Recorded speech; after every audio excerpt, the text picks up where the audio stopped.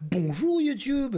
Et oui, hier soir, Blizzard a présenté une nouvelle carte légendaire de l'extension L'éveil des ombres qui arrive dans quelques semaines. Lundi prochain, dans 2 jours, il y aura la présentation, la soirée d'ouverture en fait de l'extension, une présentation de pas mal de cartes. Et ensuite, il y a un calendrier très précis, je vous mets le lien dans la description, qui vous dévoile les cartes généralement une par une ou deux par deux s'il y a une synergie particulière voulue par Blizzard. Et ça nous amènera tranquillement vers le 9 avril, la date à laquelle l'extension devrait être disponible et jouable en standard. Je vous rappelle que les championnats du monde se déroulent juste après, enfin genre 2 semaines après, et que ça se jouera avec les nouvelles cartes, donc post-rotation. On y va tout de suite, je vous montre la carte. Voilà, elle s'appelle Madame Lazul, j'aime bien ce nom, Madame Lazul. Bonjour, Madame Lazul. Bon, je vois. Cette carte-là, elle est donc c'est la légendaire, enfin une des deux légendaires prêtres. Il y aura deux légendaires par extension, par classe, pardon. Elle est 3-2 pour 3. 3-2 pour 3, c'est petit, c'est faible, c'est fragile, disons. Mais c'est 1 million de fois mieux que 3-1 parce que ça ne se prend pas des toutes petites AOE tout simple. Et 3-2 pour 3, c'est quand même une carte de prêtre. Et prêtre n'a pas trop de tempo. Il a eu à une époque un jeu Invocatrice Malveillance, mais pas plus que ça. Donc en soi, le body est pas fou, mais vous allez voir que c'est l'effet de la carte qui est vraiment intéressant. Elle a pour cri de guerre de découvrir une copie d'une carte dans la main de l'adversaire. Qu'est-ce que ça veut dire? Ça veut dire que quand on la joue depuis la main, elle est donc 3-2 pour 3, et on vous montre à l'écran 3 cartes au hasard, différentes, je pense différentes, c'est pas précisé, parmi les cartes de l'adversaire. Donc si votre adversaire a 3 cartes, logiquement, on va vous montrer les 3 cartes de l'adversaire. Connaissant Blizzard, j'imagine qu'on va plutôt vous montrer des cartes différentes. Je crois pas qu'on ait déjà vu des cartes identiques dans des découvertes. Donc si jamais il a 4 cartes, dont 2 identiques, je pense que vous aurez forcément les trois différentes. On sait pas trop. En tout cas, on vous montrera 3 cartes. S'il en a 3, s'il en a 2, on vous en montrera 2. Et s'il en a qu'une, on ne vous en montrera qu'une. Bien joué. Et là, vous choisissez une carte que vous récupérez dans votre main, non pas en la volant, mais bien sûr en la copiant, hein, c'est précisé. Découvrez une copie d'une carte. Ça a plein d'avantages. Un, vous allez voir une partie de la main de l'adversaire.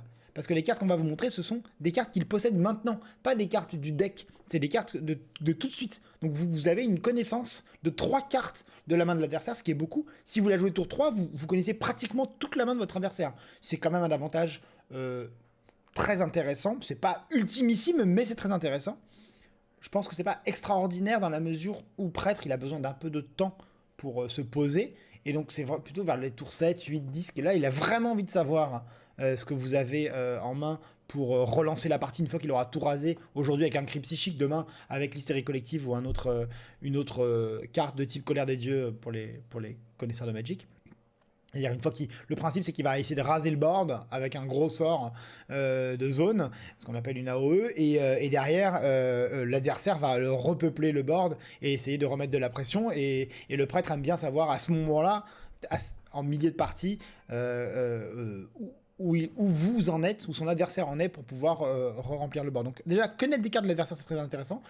Et en récupérer une copie, c'est très bien parce que ça ne modifie pas donc quand vous jouez Madame Lazul le nombre de cartes que vous avez en main, ce qui signifie que si vous avez par exemple un Drake du Crépuscule pour le tour 4, donc le 4-1 qui se booste en point de vie conformément au nombre de cartes, relativement pardon au nombre de cartes que vous avez en main, et ben vous pouvez en jouant Madame Lazul ne pas perdre de cartes en main et donc avoir un Drake du Crépuscule tour 4 aussi gros que si vous n'aviez pas joué Lazul.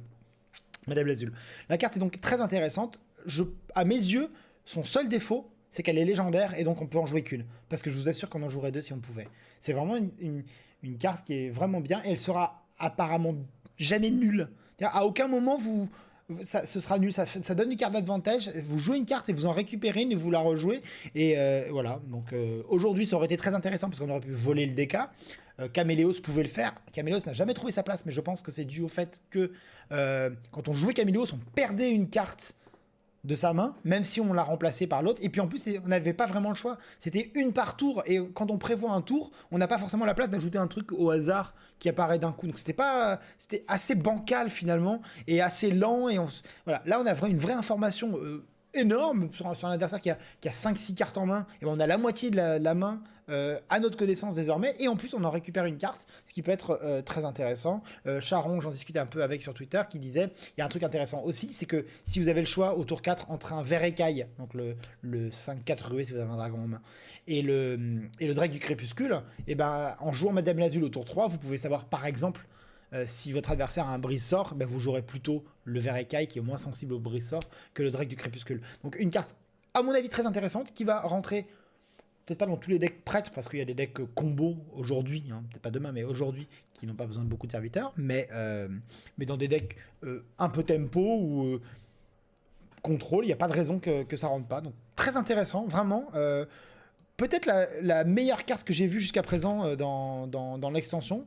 On fera une review globale juste avant la sortie. Je ferai mon petit classement, mon top 3 des légendaires par exemple. Et on fera ce genre de choses. Voilà, c'est la fin de cette vidéo. Je vous souhaite un excellent week-end. Je suis surexcité à l'idée de la soirée de lundi. On va découvrir plein de nouvelles cartes et plein d'animations. Parce que les légendaires, il y a quand même un truc super sympa dans Hearthstone. Ce sont leurs animations. Voilà, d'ici là, amusez-vous bien, passez un bon week-end. Je vous fais des gros bisous et je vous dis à lundi soir 18h.